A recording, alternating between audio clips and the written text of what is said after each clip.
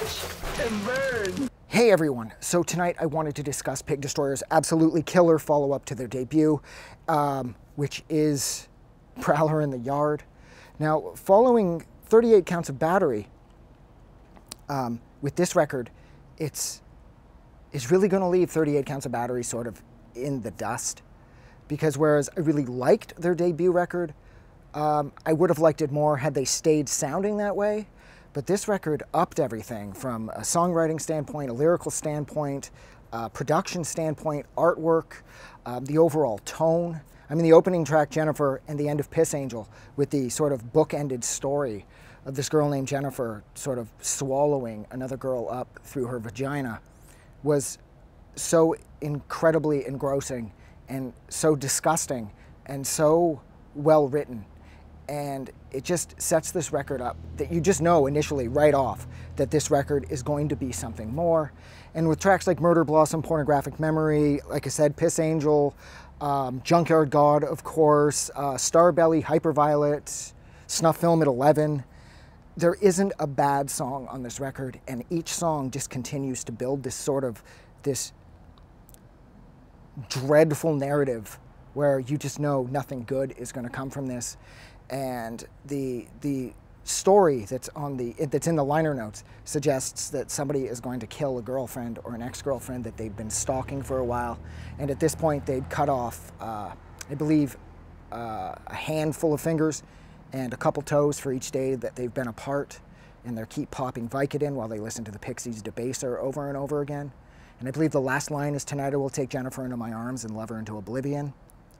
So you know nothing good's going to come from that, which is kind of the point, because this entire record, being titled Prowler in the Yard, a prowler is nothing good.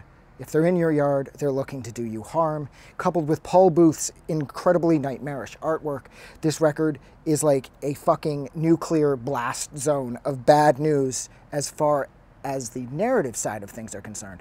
As far as the musical things, on the musical side of things are concerned, this record is innovative, it's insightful, it's fun, it's incredibly catchy, given what it is.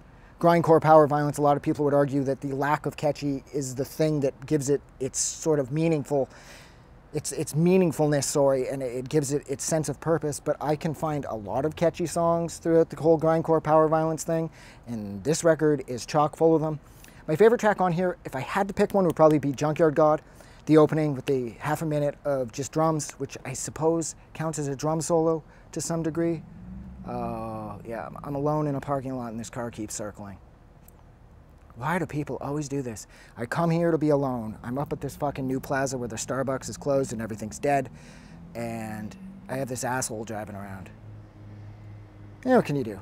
But I've loved this record since I first heard it back in 2001. I loved the use of that like Macintosh computer voice. The only other place prior to this that I had heard that was on Marilyn Manson's Antichrist Superstar, and that was used so incredibly well. Oh God, and now they're coming around. God willing, they just leave me alone. I can't tell if the car's full of people or they're alone. I just want them to fuck off. I don't think it's asking too much. I love how the story of Jennifer is told through the use of that incredibly unsettling Mac voice that did make the rounds from that point forward. I remember Chris Angel used it on his record that I don't think was ever released, with that horrible line, "Control yourself before yourself controls you," which doesn't really make a lot of sense. But what does make a lot of sense is this record from Pig Destroyer. This record is absolutely perfect sounding, from the artwork, like I said, to the production, to the songwriting. The band, it's like their skills just instantly went through the roof, and they would continue to do so, on every subsequent release from this point forward.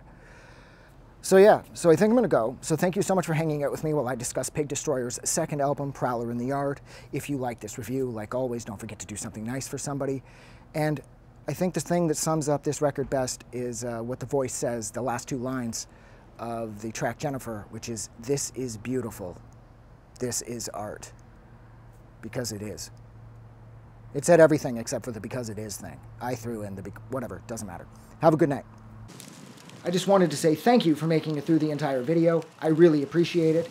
And I'm going to remind everyone one more time, even though I've probably already done this in the video that you just watched, to please click the like button as well as the subscribe button, because it helps this channel grow. And thank you for hitting like and subscribe, and we will see you guys really soon.